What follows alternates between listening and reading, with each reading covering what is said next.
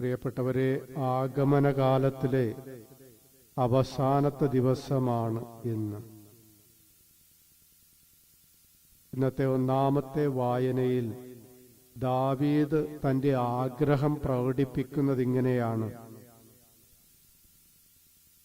ഞാൻ ദൈവത്തിന് ഒരു ആലയം പണിയും.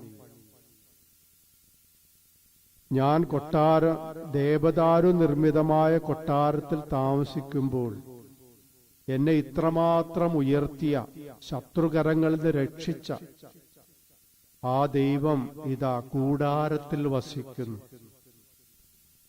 അതുകൊണ്ട് ഞാൻ ദൈവത്തിനൊരാലയം പണിയും. എന്നെ ഉയർത്തിയ ദൈവത്തിന് ഞാനൊരാലയം പണിയും. പ്രിയപ്പെട്ടവരെ, പിന്നീട് ചരിത്രം നമുക്കറിയാം. ദൈവം അതിനായിട്ട് നിയോഗിച്ചത് ദാവീദിനെ ആയിരുന്നില്ല. ക്രിസ്മസ് കാലഘട്ടം നമ്മൾ ആലയം പണിയുന്ന കാലഘട്ടമാണ്. ഉണ്ണിയേശു ജനിക്കുവാനായിട്ട് നമ്മളെപ്പോഴും പുൽക്കൂടുകളൊക്കെ കെട്ടുന്ന തിരക്കിലാണ്. പ്രിയപ്പെട്ടവരെ, ദൈവം ആഗ്രഹിക്കുന്നത് ഞാനാകുന്ന ദൈവാലയത്തിൽ വസിക്കുവാനായിട്ടാണ്. കല്ലും കുമ്മായവും കല്ലും സിമന്റും കമ്പിയുമൊക്കെ കൊണ്ടുള്ള ഒരാലയത്തിൽ വസിക്കുവാനല്ല ദൈവം ആഗ്രഹിക്കുന്നത്. മാംസളമായ നമ്മുടെ ഹൃദയത്തിൽ വസിക്കുവാൻ ദൈവം ആഗ്രഹിക്കുന്നു.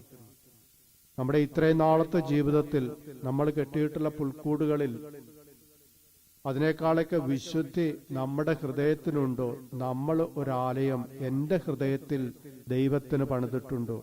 എനിക്ക് ഇത്രമാത്രം സമൃദ്ധിയും സമ്പത്തും വിദ്യാഭ്യാസവും എല്ലാം നൽകുന്ന, ഒന്നിനും കുറവില്ലാതെ നമ്മളെ എല്ലാ കാര്യങ്ങളും പരിപാലിക്കുന്ന ആ ദൈവത്തിനായിട്ട് ഞാൻ എന്തെങ്കിലും ഒരു ദൈവാലയം പണിതിട്ടുണ്ടോ? പ്രിയപ്പെട്ടവരെ, ദൈവാലയത്തിന്റെ പ്രത്യേകത നമുക്കറിയാം. അത് പരിശുദ്ധമായ ഒരിടമാണ്. ദൈവസാന്നിധ്യം നിറഞ്ഞു നിൽക്കുന്ന ഒരു സ്ഥലമാണ്. പ്രാർത്ഥനകൾ ഉയരുന്ന സ്ഥലമാണ്. ആരെയും മാറ്റി നിർത്താതെ എല്ലാ മനുഷ്യരും ഒരുമിച്ച് കൂടുന്ന ഒരിടമാണ്. ദൈവത്തോട് നമ്മുടെ പരാതികളും ആവലാതികളും നമ്മുടെ പ്രാർത്ഥനകളുമൊക്കെ പറയുന്ന സ്ഥലം. അതുപോലെ ദൈവത്തിന്റെ അനുഗ്രഹം നമ്മുടെ മേൽ സമൃദ്ധമായി ചൊരിയപ്പെടുന്ന ഒരിടമാണ് ദൈവാലയം എന്ന് പറയുന്നത്. ഇത്രമാത്രം ഗുണഗണങ്ങൾ ഉണ്ടെങ്കിൽ മാത്രമേ അതൊരു ദൈവാലയമായിട്ട് മാറുകയുള്ളൂ. കർത്താവിനെ സ്വീകരിക്കുവാനായിട്ടുള്ള പരിശുദ്ധി ഞാനാകുന്ന ഹൃദയത്തിനുണ്ടോ? ആരെങ്കിലും എൻ്റെ ഹൃദയത്തിൽ നിന്ന് ഞാനാകുന്ന ദൈവാലയത്തിൽ ഞാൻ മാറ്റി നിർത്തിയിട്ടുണ്ടോ? എൻ്റെ ഹൃദയത്തിൽ നിന്നും പ്രാർത്ഥനകൾ ഉയർന്നിട്ടുണ്ടോ?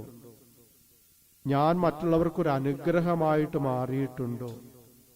പ്രിയപ്പെട്ടവരെ, ഇതൊക്കെ ഇല്ല എങ്കിൽ തീർച്ചയായിട്ടും നമുക്കൊരിക്കലും ഒരു ദൈവാലയമായി മാറുവാനായിട്ട് സാധിക്കുകയില്ല. അതിനാൽ പരിശുദ്ധിയോടുകൂടി ദൈവത്തിന്റെ സാന്നിധ്യം നഷ്ടപ്പെടാത്ത ഒരു ജീവിതമായി നമ്മുടെ ജീവിതം മാറട്ടെ. അതായിരിക്കും ദൈവത്തിന് ഏറ്റവും പ്രിയപ്പെട്ടതും സ്വീകാര്യമായ ഒരു ദൈവാലയം. ഈ ക്രിസ്മസ് കാലഘട്ടത്തിൽ നമുക്കതിനായിട്ടൊരുങ്ങാം. കാരുണ്യവാനായ കർത്താവ് നമുക്ക് ആവശ്യമുള്ള എല്ലാ കൃപകളും എല്ലാ ക്രമീകരണങ്ങളും ചെയ്ത് നമ്മുടെ ജീവിതത്തെ, ഞാനാകുന്ന ദൈവാലയത്തെ സമൃദ്ധമാക്കട്ടെ, സമ്പന്നമാക്കട്ടെ.